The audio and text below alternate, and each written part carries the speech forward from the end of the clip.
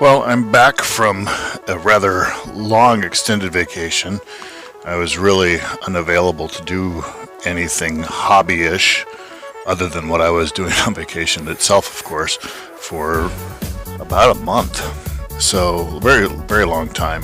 Technically only 2 weeks of that was vacation, but I was out of town for 3 weeks working, remotely for part of that. And because I was out of state and 2 time zones away from where I normally live, working out of a hotel, I didn't really do any hobbyist things. And then after I came back, which has been almost a week now, well, not quite, it's earlier this week, I've been busy catching up. So I haven't done anything. I haven't made a blog post in better part of a month. I haven't made a YouTube video in a long time.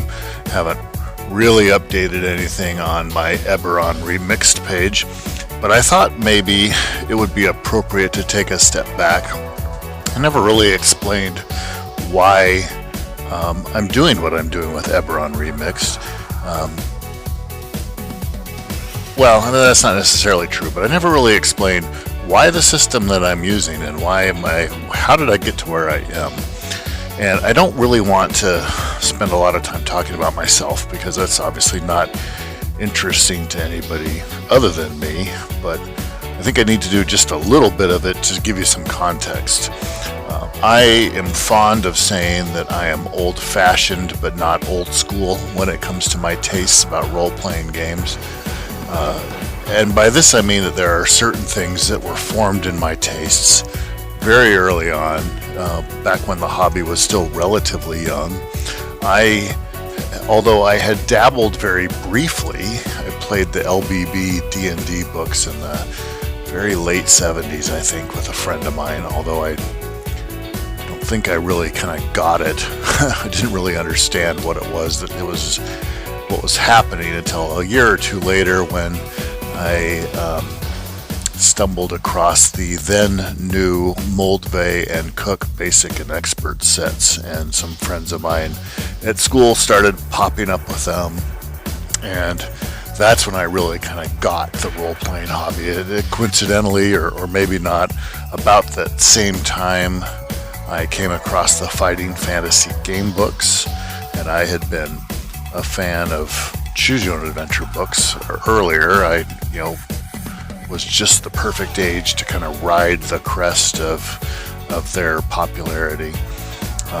And to me, that was kind of a bridge between Choose Your Own Adventure and role-playing games, to read some of these Fighting Fantasy game books. And I had some of the very early ones. I remember the first 2 I got were City of Thieves and Forest of Doom, which I unfortunately got rid of, but I have since reacquired a copy of City of Thieves at least. And I might still be able to dig around somewhere in my basement and find a copy of Forest of Doom, and maybe a couple of the other books that I used to have. So my tastes are old in many ways, and I did things in a way that, I prefer things to be done in a way that many modern gamers would find old-fashioned. But I also have just as many problems with the OSR and kind of old school, and I had problems at the time. Role-playing games when I was a younger kid, up through my middle school years and into my high school years, where I kind of left the hobby for a little while, didn't ever give me what I wanted, and I spent many, many years on a holy grail quest, if you will, for the ultimate system that was exactly what I wanted it to be. And I think I've found it, although now that I've got there, I've realized that the journey was what mattered. The system itself is something that, only appeals to a small niche crowd in some ways. And I find that system in general I don't care about it as much as I used to anyway. As long as it does what I want it to reasonably well. So I am the kind of guy, when you read things like Matt Finch's old school primer. You read stuff like from other OSRians about what it means to be old school. There's a lot of stuff that I'm kind of nodding my head going, oh yeah, I agree with that. But then when they get into the details of what they really mean, I find that, no, I don't. So one of the things that I really like is a system that is simple and which disappears. And I don't like the gamist interaction of rules, and I don't like the complexity, where you use the rules as kind of a tactical stand-in for actual tactics. I prefer narrative or abstract tactics where you describe stuff you're doing and the GM tells you what you need to roll, and he has to make interpretations based on a rather loose and small rule set, rather than he needs to go refer to, subparagraph 4 on page 320 of, such and such a book to figure out exactly how to resolve what you said you wanted to do. So in that sense, that's a very old-fashioned type of way of doing things. I prefer rulings, not rules. I prefer the do-it-yourself aesthetic of old school. I prefer the smaller, simpler rule sets. I prefer high-trust environments where you trust your GM to be fair and you don't need to try and bake protection against bad GMs into the system, which I think is a bit of a conceit of 3E, the third edition of D&D and beyond. I don't necessarily mind one thing about third edition, which I consider a modern system, even though, of course, it's now over 20 years old and has been replaced twice. But it's still a modern system in most respects. I consider one of the things I do like about it is the ability to customize your character, to create an awful lot by using the rules. And excuse me, and you use the rules to come up with things that maybe you wouldn't have thought of otherwise on your own, because you pick classes and you pick feats and you roll things out here and there, and you end up customizing your skill list. And it's fairly involved to create a character in third edition. But one of the things that I enjoy about it is when you've done so, you feel like you have a character that has some depth and some personality and some character, and you understand that about him. He's not just a handful of numbers on a piece of paper. Now, one of the side effects, of course, of that is that people become more invested in their characters and they become more unhappy when they lose them. Although I like that, I like being able to really kind of come up with these customized characters. I also like the idea that your characters are at real risk and they may not survive the first half hour of the first session you're playing with them, for all you know. So you've got to be a little bit less invested in your characters and maybe find one or two memorable hooks to hang your role-playing on rather than trying to flesh them out like a novelist. So yeah, I prefer a more dangerous, less balanced, more verisimilitudinistic, if you will, approach where your characters are doing dangerous things and they could be killed, and they could be killed often, they could be killed frequently, they could be killed relatively easily. Yeah, sure, they're heroic, but for every hero that makes it, there's who knows how many who don't. So that's another old school conceit of mine, is that I don't necessarily prefer high lethality, but I prefer high risk. I prefer feeling like the chance of my character dying is high, because otherwise, what's the point? One of the things so a lot of people would kind of look at some of these aspects of my taste and say, well, you would really love to play, the LBB, Sword and Wizardry, a game that is based on the LBBs and kind of cleans them up, makes them a little easier to read and understand, and even fixes a few rules that are kind of odd. But I don't play that. I don't play any of the BX interpretations, which again, maybe if I were to ever play D&D specifically again, that's probably what I would want to look at, is something that's more BX like, maybe Basic Fantasy or Labyrinth Lord or something like that, or even just the actual BX, because I have them. I've actually gone out and bought both of them again, with a few house rules, but probably not, because I don't really want to play D&D. There's a lot of things about D&D that I've never loved. One of the things that I've never loved about D&D is the zero to hero concept. Why in the world do you start out as basically a peasant and then you end as basically Batman or Captain America?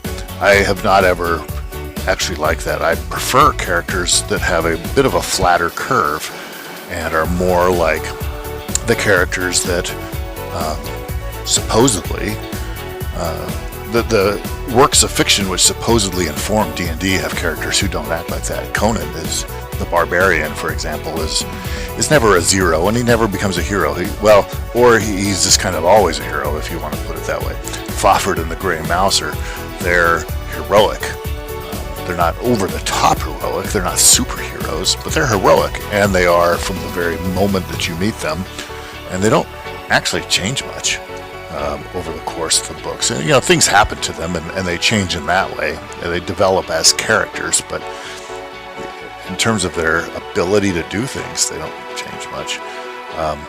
Same thing is true for, I don't know, any of the characters of the pulp era and the second wave pulp era of the 60s and 70s that Gygax was supposedly imitating.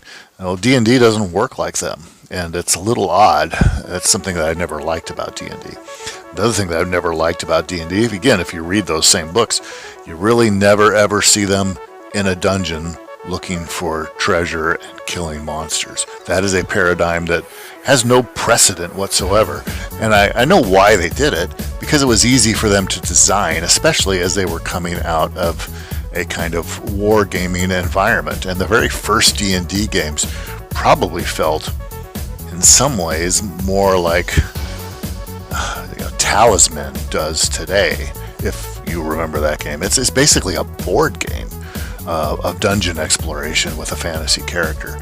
And that's not literally true, but you kind of see where I'm going with this. I actually really had no interest in the wargaming roots of the hobby, and the more the games kind of stuck with those, the less I enjoyed them.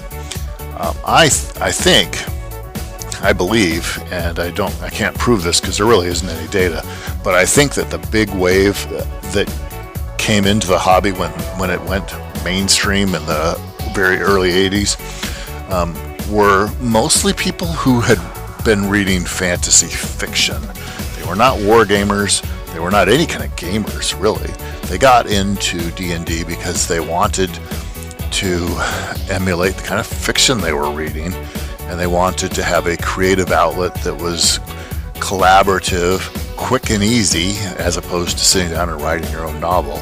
And but it also kind of gave you an output or a product that more resembled that than it did a war game.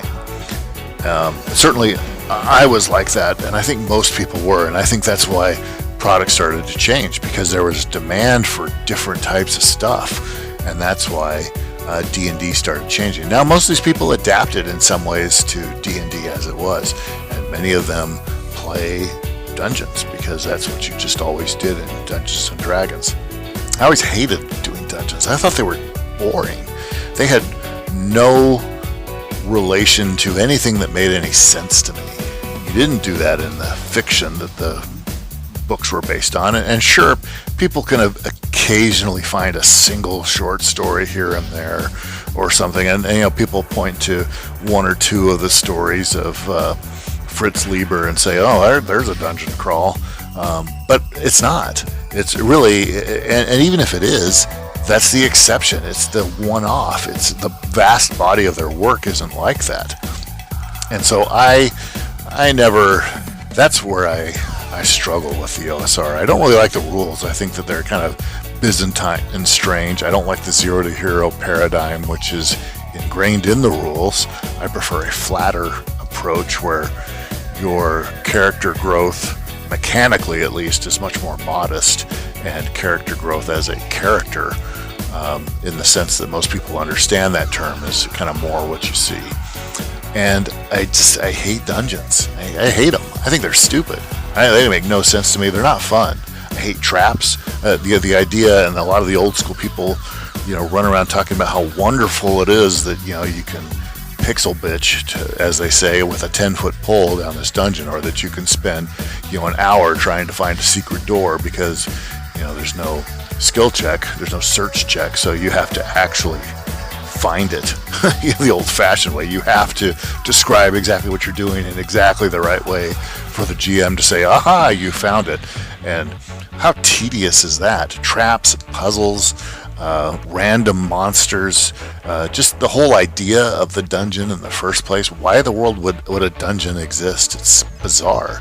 I mean, a dungeon is like a couple of rooms under a castle where the lord of the castle kept his prisoners. It is not a vast complex of tunnels and traps and monsters and magic.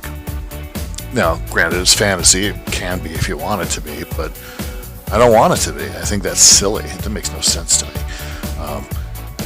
And none of the fantasy fiction that I like has ever really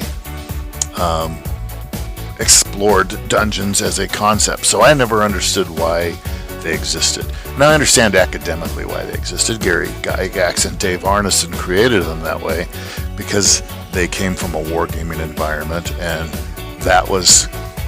it made sense to them to kind of evolve from that into what became the earliest Dungeons and Dragons. What never made any sense to me, though, is why hasn't that ever changed in all the many years and all the vast influx of people that have come into the hobby from a different avenue? Why hasn't it changed to fit them a little better after all these years? I don't get it. So yeah, I don't really love the old school. It's not my style, and there's a lot of things that are very specific that I don't like about it, but there are a lot of things that are very specific that I do like about it. And so it's kind of been a little difficult for me to find exactly what I want to play. Anyway, this has taken a little bit longer than I thought. Why don't I do the next in part 2?